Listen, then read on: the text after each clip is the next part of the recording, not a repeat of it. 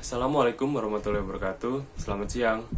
Perkenalkan, nama saya Alif Aldi Agung Pramudia dari Universitas Pamulang, Fakultas Ekonomi dan Bisnis, Program Studi Manajemen S1 dengan NIM 201010502373. Pada kesempatan kali ini, saya akan membuat sebuah analisa untuk memenuhi ujian akhir semester mata kuliah Sistem Informasi Pemasaran saya dengan membahas sebuah masalah, yaitu gagalnya kampanye iklan DAF di pasaran. Sebelum masuk ke inti pembahasannya, yaitu kegagalan kampanye iklan DAF yang berjudul Wider or Wonderful, saya akan menjelaskan secara singkat dari produk DAF ini. Merek DAF diluncurkan di Amerika Serikat pada tahun 1955 sebagai sabun pembersih dengan sifat pelembab yang telah dikembangkan untuk mengobati korban luka bakar selama Perang Korea di masa itu. Lanjut pada tahun 1957, formula pembuatan sabun DAF disempurnakan dan dikembangkan menjadi Original DAF Beauty Bar. DAF kemudian diluncurkan sebagai sabun kecantikan dan memang terbukti secara klinis bahwa DAF itu lebih ringan pada kulit kering dan juga kulit sensitif. Lanjut ke tahun 1979, sebuah studi kasus dermatologi independen membuktikan DAF Beauty Bar lebih ringan daripada 17 sabun terkemuka lainnya di dunia. Kata cleansing cream diganti dengan moisturizer cream dalam semua materi pemasarannya. Semua tahu bahwa untuk menjadi sebuah merek global, DAF memerlukan daya tarik yang cukup luas, melintasi batas-batas budaya, ras, dan juga usia. Oleh karena itu, pada tahun 2004, diluncurkan The Campaign for Real Beauty, yang menegaskan komitmen DAF untuk memperluas definisi kecantikan. DAF meluncurkan Self-Esteem Fund pada tahun 2005, yang bertindak sebagai agen perubahan untuk mendidik dan menginspirasi gadis-gadis muda atau gadis-gadis remaja. Definisi yang lebih luas mengenai keindahan bertujuan untuk meningkatkan rasa percaya diri dari gadis-gadis muda maupun wanita dewasa, yang mana membuat mereka mampu untuk mencapai potensi optimalnya dalam kehidupan, atau ibarat katanya percaya dirinya maksimal. Jadi nggak ada insecure-insecurean lah kata DAF buat seluruh wanita di dunia gitu. Lalu kenapa sih kok DAF bisa gagal, padahal DAF sendiri mempunyai tujuan untuk membuat wanita di seluruh dunia itu mencapai potensi optimalnya dalam kehidupannya. Nah, kita tahu bahwa tidak semua brand atau pengusaha bisnis di dunia ini menjalankan bisnisnya itu dengan lancar-lancar aja gitu, tanpa adanya hambatan. Nah, begitupun dengan DAF. Ada satu waktu di mana DAF melakukan kesalahan dalam kampanye iklannya yang membuat dunia merasa kesal dan juga merasa kecewa sama iklan DAF-nya itu. Kesalahan yang dilakukan oleh brand DAF satu ini adalah DAF tidak memikirkan konsep iklan dengan matang hingga dituduh rasis dan kontroversi. Warga kulit hitam merasa DAF memposisikan mereka yang punya kulit putih lebih baik daripada kulit hitam. Walaupun sebenarnya DAF itu ingin mengkampanyekan jika semua perempuan atau semua wanita itu bisa cantik bagaimanapun fisiknya. Tapi kalimat yang digunakan justru sebaliknya, atau jadi bumerang gitu buat si DAF sendiri.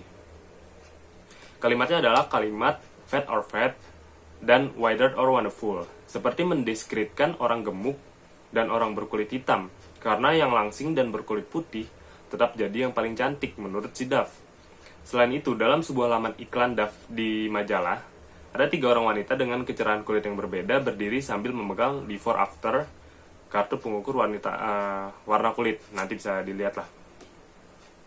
Bagi dunia barat yang kini sedang memperjuangkan persamaan hak kulit hitam, iklan ini sangat-sangat amat menyinggung. Dilansir dari idntimes.com, The Guardian melaporkan bahwa seorang penata rias asal Amerika Serikat bernama Naomi Black yang membuat iklan itu viral dengan kembali mengunggahnya di akun Facebook pribadinya. Black yang memiliki nama Facebook Nay Temua atau Nay, ya itulah pokoknya, menuliskan caption, jadi aku sedang melihat-lihat Facebook dan iklan hashtag DAF ini yang muncul. Oke, jadi apa yang sedang kulihat? Kata si Nay Temua itu atau si Black itu. Nah, jadi itu dia tuh lagi scroll-scroll FB, ternyata dia ngeliat iklan DAF yang menurut dia tuh menyinggung banyak pihak maupun ras, yaitu kulit hitam tadi. Lalu akhirnya dia share lagi lah si iklan itu di akun Facebook pribadinya, dan hasil boom, viral. Jadi akhirnya orang-orang lebih banyak yang tahu tuh akan iklan itu.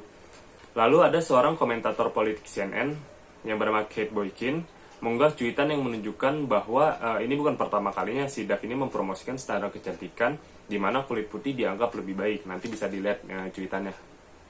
Apa yang dilakukan Dove bukan hal baru dalam industri kecantikan.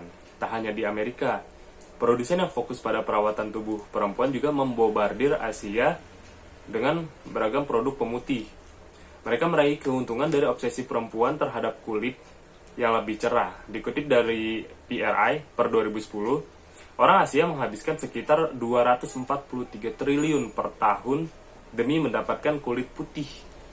Hampir 40% perempuan di Taiwan, Hong Kong, Korea Selatan, Malaysia, dan Filipina memakai produk pemutih untuk mencerahkan kulit mereka. Di Asia Timur sendiri, obsesi itu lahir dari standar kecantikan feminin yang lahir saat era Qin dan Han, yaitu tahun 200 sebelum Masehi. Pada perkembangannya, kulit putih juga diyakini mencerminkan status ekonomi seseorang. Mereka yang kulitnya terbakar oleh matahari adalah orang-orang yang bekerja di lapangan, maka pemutihan kulit adalah cermin dari status pekerjaan, ujar sejarawan Gerald Horne dari University of Houston. Lalu bagaimana sih solusinya supaya Dove itu bisa lanjut memasarkan produknya?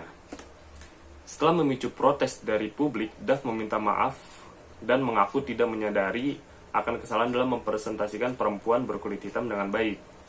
Dove pun langsung bergerak cepat untuk menarik peredaran dari konten iklan tersebut. Model iklan tersebut yang bernama Lola Ogunyemi menyebutkan banyak penonton yang salah mengartikan pesan dari iklan tersebut sebagai bentuk rasisme. Ia menilai bahwa ada baiknya bila penonton dan calon konsumen melihat iklan tersebut itu secara utuh gitu kan, dari awal sampai akhir dalam bentuk iklan 30 detik. Tidak hanya dalam satu potongan-potongan saja gitu. Dan pada akhirnya pihak Dove menghapus iklan tersebut dari akun sosial media, terlebih Facebook mereka. Lalu, apa sih yang dilakukan Dove untuk mengatasi kegagalan dari iklan yang sebelumnya yang dianggap kontroversi itu? Yang pertama, yaitu Dove memiliki cara beriklan yang unik. Terlepas dari kontroversi kampanye iklan Dove yang sebelumnya, Dove memiliki taktik yang sangat unik dalam beriklan. Dove menggunakan orang sungguhan atau pelanggan setianya untuk ikut mengkampanyekan iklan tersebut atau untuk jadi pengisi iklannya itulah. Ini membantu perusahaan membangun citra mereka sendiri, menjangkau pelanggannya, dan juga membentuk hubungan dengan audiensnya. Jadi lebih dekat gitu loh sama si konsumen atau audiensnya. Nah, yang kedua adalah Dove mempunyai daya tarik emosional dan juga penyebab sosial. Strategi pemasaran Dove sering berpusat pada daya tarik emosional dan penyebab sosial, seperti kepositifan tubuh dan inklusivitas, bukan hanya manfaat dan kinerja produk. Pendekatan ini telah membantu merek membangun hubungan emosional yang kuat dengan audiens atau targetnya, dan membangun citra merek yang ujungnya adalah positif. Gitu. Yang ketiga yaitu, Dove sangat memastikan bahwa Dove itu mendukung pemberdayaan wanita. Itu Dove mengklaim sendiri. Tujuan utama dari strategi pemasaran Dove adalah untuk mempromosikan kecantikan sejati di kalangan wanita, mewakili wanita dari berbagai negara, berbagai warna kulit, berbagai usia, dan lain sebagainya. Itulah mengapa perusahaan membuat banyak kampanye pemasaran yang mencoba untuk mendobrak stereotip kecantikan yang digambarkan di media dan menciptakan versi kecantikan yang lebih inklusif di media. Jadi, gini.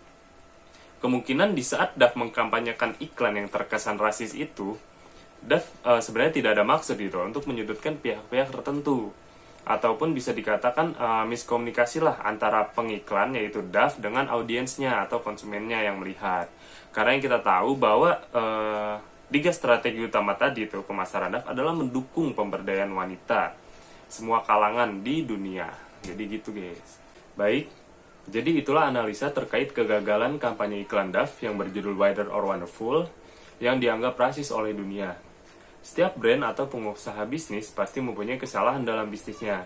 Contohnya Dove itu, yaitu salah dalam mengkampanyekan iklannya. Namun Dove sendiri sudah meminta maaf kepada publik dan juga menarik video kampanye iklan tersebut. Dove sendiri berjanji akan klaimnya dia, yaitu mendukung pemberdayaan wanita. Dan juga Dove akan menjadi lebih baik lagi untuk ke depannya. Sekian analisa dari saya. Bila ada salah kata atau pengucapan, mohon dimaafkan. Wassalamualaikum warahmatullahi wabarakatuh.